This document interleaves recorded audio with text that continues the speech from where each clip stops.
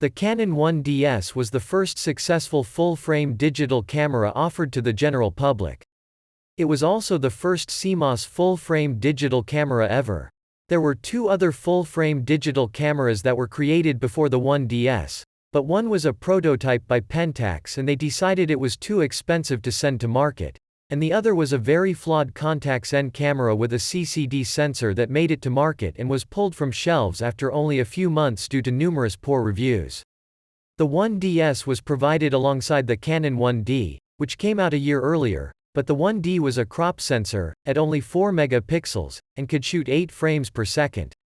By contrast, the 1DS can only shoot 3 frames per second, but was brought to market for event photographers that wanted better resolution, and better low-light performance, than what was provided from a crop sensor camera.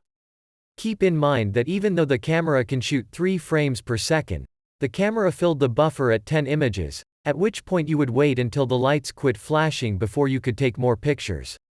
I've timed this myself, and it took 51 seconds to write all the images to the buffer after taking 10 continuous shots.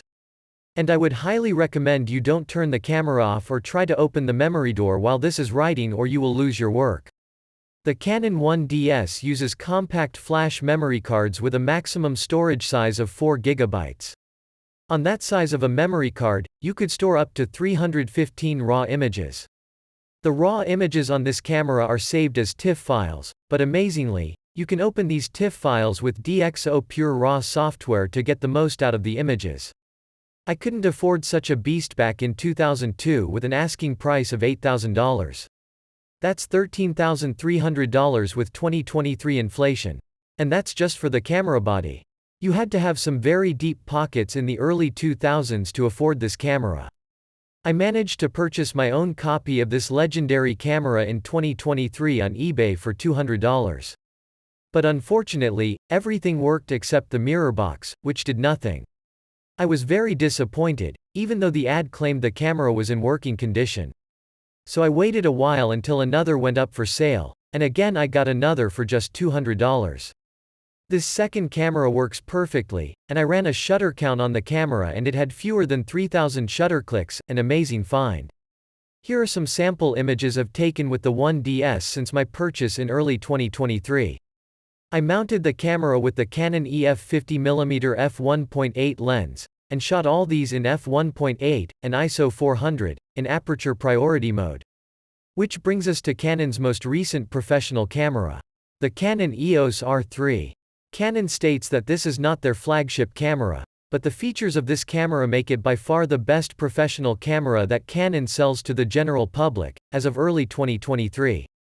Unfortunately, I do not own this camera, nor have I actually used this camera. So I can't share images like I did for the 1DS. But I can assure you that from all the reviews I've seen, this is one fantastic camera.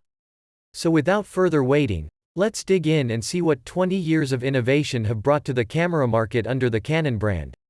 Though both cameras are full frame, the R3 has more than double the number of megapixel count of the 1DS. Notice the image scores in the orange boxes. They are closer than you might expect for a 20-year time span difference. This is a testament to the quality images that came out of the 1DS back in the day. But just look at those features scores in the green boxes. The Canon R3 is jam-packed with features, making it a very valuable tool for any professional photographer. Taking a look at the summary of these two cameras, we find that there are a ton of differences. The R3 uses the new RF mount, while the 1DS used the EF mount, which was still popular with film cameras of that era. The R3 uses a very advanced electronic viewfinder, where the 1DS used an optical viewfinder. Not only does the R3 give you the ability to see what your image will look like before you snap the photo in the viewfinder, but the viewfinder can be programmed to follow your eye movements so you can quickly focus on fast-moving subjects. The 1DS could shoot as fast as 3 frames per second, but the R3 can shoot 30 frames per second. But the R3 has a trick up its sleeve. It can shoot 195 full-sized RAW frames per second for up to a quarter of a second. The only downside to that trick is that it doesn't continuously focus during that quarter second. Unlike the 1DS, which had zero video features, the R3 comes with great video features. including the ability to shoot 6K video, and high-speed video up to 120 frames per second.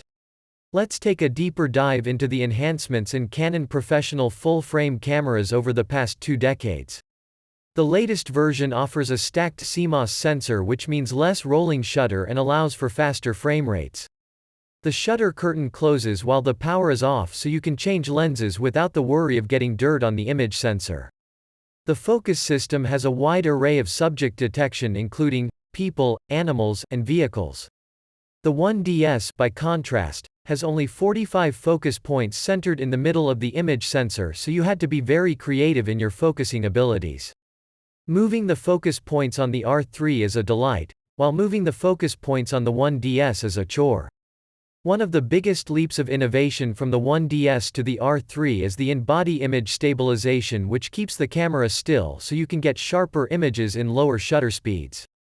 The LCD on the R3 is 50% bigger than the size of the one on the 1DS, and far superior in resolution. Additionally, the 1DS screen is fixed while the R3 has a screen that can be turned and rotated, and can be controlled by touch just like your modern cell phones. The highest ISO setting on the 1DS was 1250, while the R3 can go as high as 102,400. As mentioned previously, the 1DS has 45 focus points, all smashed into the center of the image sensor. But the R3 has 1053 focus points that can be spread from corner to corner of the image sensor. Now we get into the meat and potatoes of these two cameras. Take a look at the bottom 3 items in this screen capture. Canon has made great strides in the color depth, dynamic range and low light performance of their image sensors since 2002. The low light capabilities of the R3 are more than 4 times better than the 1DS. The dynamic range, in particular, is fantastic on the latest Canon cameras. I have 2 of the Canon R5 models, and I can assure you that pulling highlights and shadows from stubborn images is now a complete breeze, as I'm sure it is also on the R3. As mentioned previously, the Canon R3 can record videos, internally, in up to 6K resolution. It can also transmit data wirelessly to devices, where on the 1DS you could plug a FireWire cable into the camera body to extract the data. Another great feature of the R3 over the 1DS was the ability to have the buttons light up so you could see what you were doing without shining a flashlight on the camera in dimly lit situations. A great new feature that Canon appears to be including on all the latest high-end cameras is an electronic hot shoe. This replaces the standard hot shoe, like what was found on the 1DS, and allows you to attach devices, such as wireless microphones that can use the battery of the camera body, instead of needing separate batteries, and no wires to plug into jacks. Also not available back in 2002 was the ability to have more than one memory card slot. The 1DS used compact flash cards with a maximum size of 4 GB. The R3 has 2 card slots, one being a CF Express Type B, and the other being SDUHS Type 2. The bottom line is that Canon has made fantastic strides in the past 2 decades in professional digital photography, and I'm very excited to see what's next. I hope you enjoyed this video, and if you did, please click on like and subscribe. Stay tuned for more videos, and happy shooting.